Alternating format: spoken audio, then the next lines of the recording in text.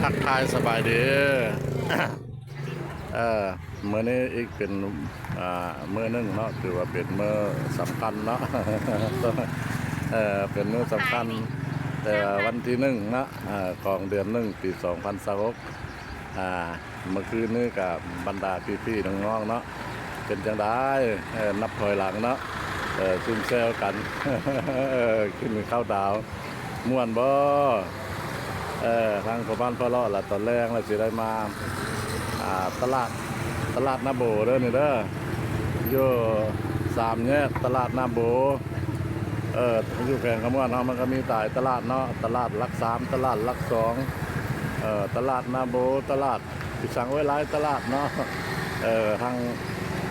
พ่อบ้านพ่อเลาะได้มาเรียกซื้อเรียกหาเลยอยู่ตลาดนาโบเด้อของตอนแรกว่าสิซื้อหาซอกซื้อป่าเนาะเอาปลาในแต่หมูเขาแล้วกินซีนเนื้อเนาะทางพ่อบ้านพ่อรอดแล้วสิกินปลากับพักฮะแล้วเนาะเอาไปเบิ่งพร้อมกันเลย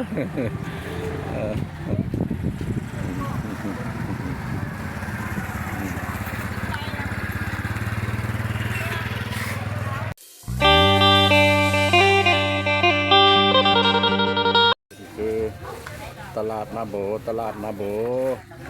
ทางพ่อบ้านพ่อเลาะในกายุลัก2เนาะกายุตลาดลัก2ก็มีเพื่อนละมาเลือกซื้อตลาดนาโบเด้อมื้อนี้เด้อดนๆจะได้มาเท่านึงสบายดีอันนี้แม่ค้าขายฟักกันเด้อเป็นจังไดปีใหม่ได้ขายดีบ่ได้ขายโดยแต่ว่าบ่ได้ดนแล้วบ่ได้เคยมาเลาะตลาดนาโบก็เลยมาเลาะลองเบิ่งโดยได้ซื้อได้ขายดีเด้อปีใหม่เด้อให้มันมานเด้อมันเงินมันทองเด้อ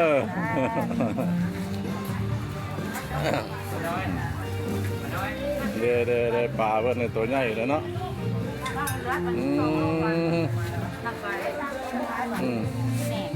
จนหัวจนย่อเนาะอันนี้จะติดเบิ่งจักโลน่ะ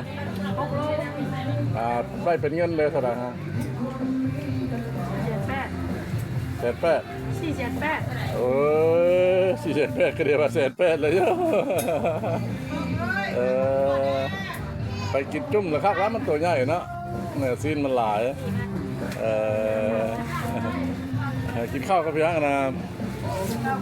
ว่ากินก็ง่ายเพราะมันจะค่ำแล้วนะง่ายสวยโดยอันนี้คือตลาดนาโบเด้อหาซื้อปูซื้อปลาเมื่อกินแรงนี่แหละเนาะ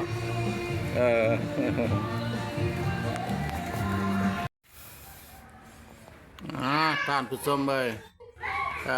ปกธรรมดาแล้วละแม่บ้านเนาะแม่บ้านทำมาแล้วก็ลงตลาดตะลีเนาะอันนี้นะมันแม่บ้านบุยูแล้วก็พ่อบ้านลงเองพ่อบ้านปลาเลาะลงเองเนาะก็ได้คืนซี่ละอันนี้นะมันเป็นป่าใน2 โลเท่าไหร่2 โล 5 ขีดเนาะเป็นเงินกับประมาณมอง100,000 ปลาย180,000ก็จะเข้า200,000นี่แหละเนาะแล้วก็เลยซื้อพักมาแบบนี้อันนี้ก็คือพักกาดห่ออันนี้จักมันพักไปสั่งแล้วพักกาดไปสั่งอะไรเนาะเห็นเป็นปลูกอยู่ประเทศเพื่อนบ้านอยู่จีนอยู่ไทยพุ่นนะอันนี้ก็เป็นพักโหมเนาะแล้วก็พักบงอันนี้แหละจักพักยังนะบ่จักซื้อมันแต่เห็นเจ้ากินอยู่ก็เลยซื้อมาจักทึกบุทึกได้ในทานผู้ชมเลยผู้ชายเนาะพ่อบ้านลงตลาดเองอันนี้ก็ถุงร้อนเนาะอันนี้ก็เห็ดเข็มหมู่เพิ่นละกินข้าวดาวคืนนี้ละกินเนื้อซีนเนาะบางคนก็ซีนหมูบางคนก็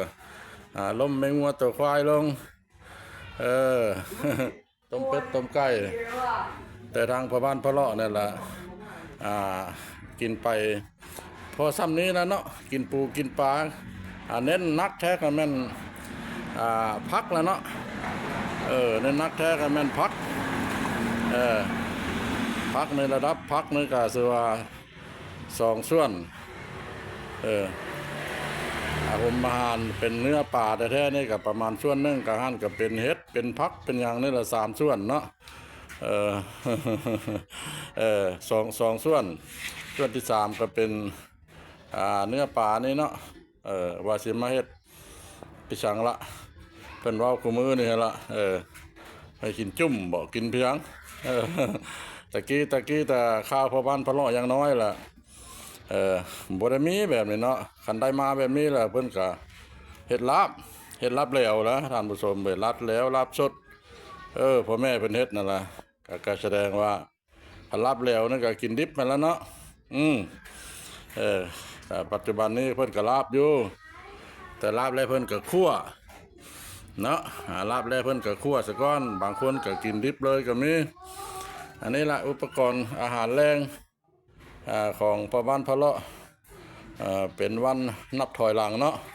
วันที่1 เดือน 1บางบ่อนบางที่เพิ่นก็ยังเสลิมฉลองอยู่ยังอยู่ยังกินกันอยู่ทางพ่อบ้านหาก็ติดตั้งพ่อบ้านพ่อเลาะแล้วก็ยังท่านั่นเนาะยังท่าให้ลูกสาวมาลูกสาวก็ไปนั่นเนาะไปเฉลิมฉลองอยู่เรือนหมู่เนาะแล้วก็เลยให้ลูกสาวมาเวลาพ่อเราจะกินเล็กๆน้อยๆเนาะเป็นการอันนั้นเนาะส่งท้ายปีเก่าของแม่นกินพักท่านผู้ชมเลยกินพักกินปลาตัวนึงไปอยู่ใกล้ยุ่งเชียงมากินอันเดียวเด้อนะเพื่อลูกสาวกำลังปรุงแต่งไอ้ละใกล้สิฮอดโมงฮอดเวลาแล้วท่านผู้ชมเลยกำลังติดตั้งหม้อปลากับใกล้สิชุบใกล้สิพดแล้วเนาะกินไปแบบนี้ล่ะเดินในพักแล้วพอบ้านพอเรามักกินพักมันมีพักบงเนาะพักบงพักขมพักกาดห่อจักพักไปสั่งลาแน่เนาะอันนี้แหละคือปลาเห็ดแบบนี้เนาะเรากระจุ่มเขาว่าจุ่มบอกเลยเนาะพอบ้านพะเลาะแล้วพอนั้นเนาะตะกี้เราพอบ้านพะเลาะผมเคยกินแบบนี้มีแต่กินลาบปิ้งกินลาบกินแกงเนาะสมัยแต่ข้าวสมัยแต่พ่อแต่แม่ต่อมาเดี๋ยวนี้แหละมันอย่างก็มีมัดเนาะจักจุ่มจักดาดจักพี่ช่างจักต่ำจักยวกร้านหลายอย่างเนาะร้านผู้ชมเนาะมากินน้ำเดียวเด้อใกล้สิสุกแล้วฟังเพลงเบาๆไปนำเนาะฟังเพลงเบาๆไปนำเพลงกับเพลงตู้เสื่อมนี่ละอันเพลงตะกี้ตะก้อนมันกับยังไม่ค่อยมีแล้วเนาะประยุทธ์ไปตามสมัยมันฟังเพลงตู้เสื่อมท่านฟังเพลงธรรมดาผัดบัวได้แล้วเนาะท่านผู้ชมเนาะถ่ายทาง YouTube นี่ละเพลงระวงระบัวได้แล้วพิษกดเนาะมากินอันนั้นเด้อกินพักจุ่มน้ำพอบ้านพะเลาะเด้อเป็นการส่งท้ายกับแม่เนาะกินจัดไปเล็กๆน้อยๆพอแล้วฮิตแล้วคลอง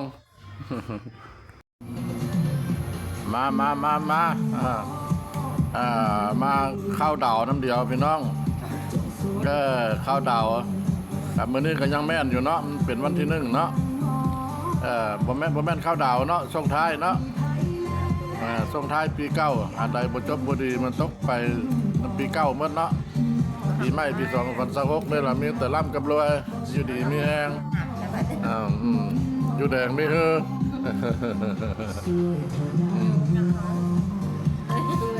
มากินน้ำเดียวเด้อท่านเด้อพี่น้องเด้อจัดเบามีแต่พักนะยุ่มอยู่เด้อนะ พอบ้านพอเลาะกินพักหลายเท่าไร